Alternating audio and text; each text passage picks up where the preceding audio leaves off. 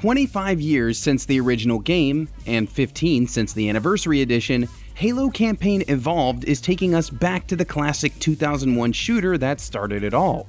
This remake obviously looks and sounds better, with shiny new mocap cutscenes featuring the original voice cast, but there's way more to this game than just a fresh coat of paint. In some ways, I'd say it feels like the greatest hits of Halo, retroactively added into the original. Let's take a look at the 8 biggest gameplay changes to the Halo 1 experience. As soon as you put on Master Chief's Spartan armor, you're going to feel 2 major gameplay differences. Well, I guess there are 3 if you count playing on PS5 like I did.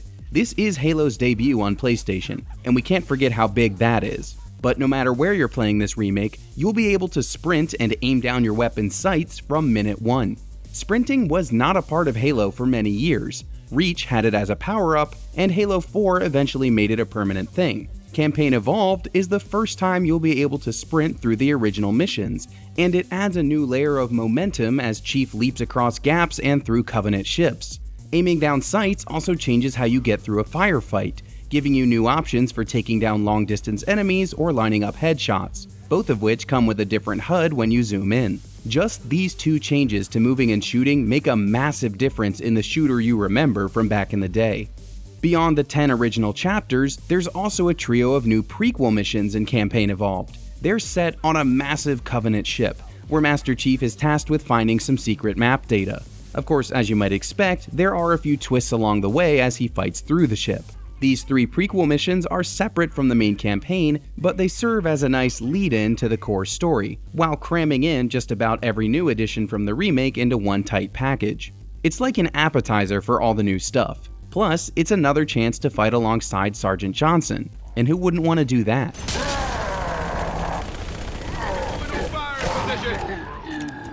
Since these are prequel chapters, Chief will have to complete his mission without Cortana's help.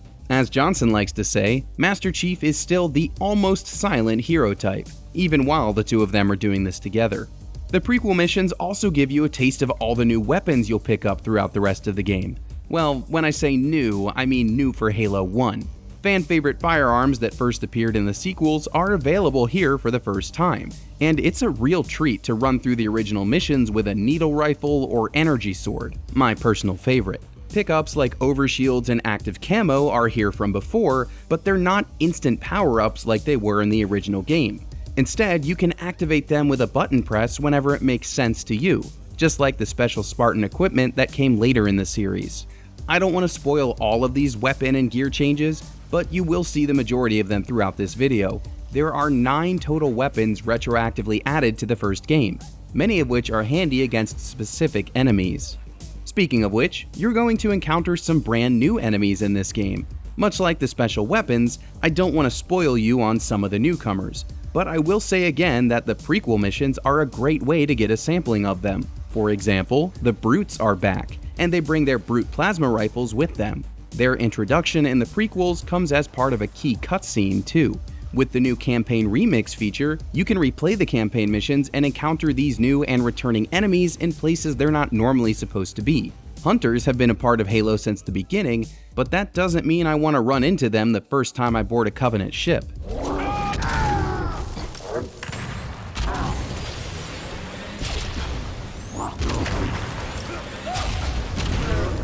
The UNSC Warthog has also been part of Halo since day 1, but Campaign Evolved gives you new control options when you're in the ATV's driver's seat. The remake also adds the ability to hijack vehicles when someone else is behind the wheel, something Chief couldn't originally do until Halo 2. If you're playing the new co-op campaign, you'll also be happy to know that the Warthog fits 4 soldiers now, so the whole squad can hitch a ride together. The Warthog isn't the only vehicle with big changes either. Hijacking also applies to the Ghost, and you can even take control of a Wraith for the first time in Halo 1. Not only that, but if you'll permit me to bring up the prequel missions again, there's a Seraph for you to fly through open space once you leave the Covenant ship behind. Skulls were originally added in Halo 2, and they've been a key collectible ever since. While they were part of the first game via Halo Anniversary Edition, they have not just been copy-pasted into the remake. Not only are there several new skulls to find in Campaign Evolved, but all of the returning ones have been moved to new hiding places. You won't be able to just run over to where you grabbed them last time, and with a total of 42 to collect, it's going to be a big challenge to find them all. I will let you know that there are 26 fan favorites and 16 brand new ones out there. Legacy skulls from Anniversary Edition include Recession, which doubles the amount of ammo you spend with every shot, and Eye Patch, which turns off auto-aim. If you're looking to make the game extra challenging by activating them, then you're gonna have tons of options for ramping up the difficulty.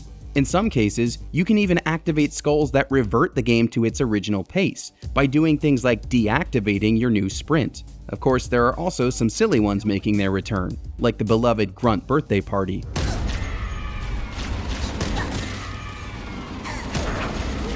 One of the new skulls in Campaign Evolved is getting its own entry in this video because it makes that much of a difference. It's called Perspective, and it lets you play the whole game in third person. It almost feels sacrilegious to play Halo over the shoulder, but it is a massive change that makes the game feel entirely different. Chief takes up a good chunk of the screen, and you'll see him jump and sprint from an angle that feels like something we weren't really meant to see. Playing like this even changes some of the ADS on certain weapons, bringing them just a tad closer to Chief's shoulder. Combine this POV with all the other changes to Campaign Evolved, and you're in for an entirely different experience. It might not even feel like Halo anymore. That's not the only option if you're looking to make Halo 1 feel different. The aforementioned Campaign Remix unlocks once you collect at least 2 skulls, and it includes 3 skulls of its own. These are on by default in Remix mode, and they randomize the enemy squads and weapon pickups, while also preventing your foes from fighting one another. You never know what you're going to run into with this one.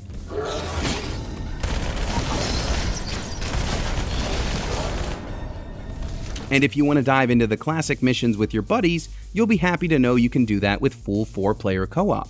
Like I said before, there's enough room on the Warthog for everyone this time, and co-op works across all platforms, talking between Xbox, PlayStation, and PC. In case you were wondering, cross-platform progression is also part of the remake, since the whole experience is linked to your Xbox account. No matter how you're playing through Halo Campaign Evolved, you're probably gonna have some questions.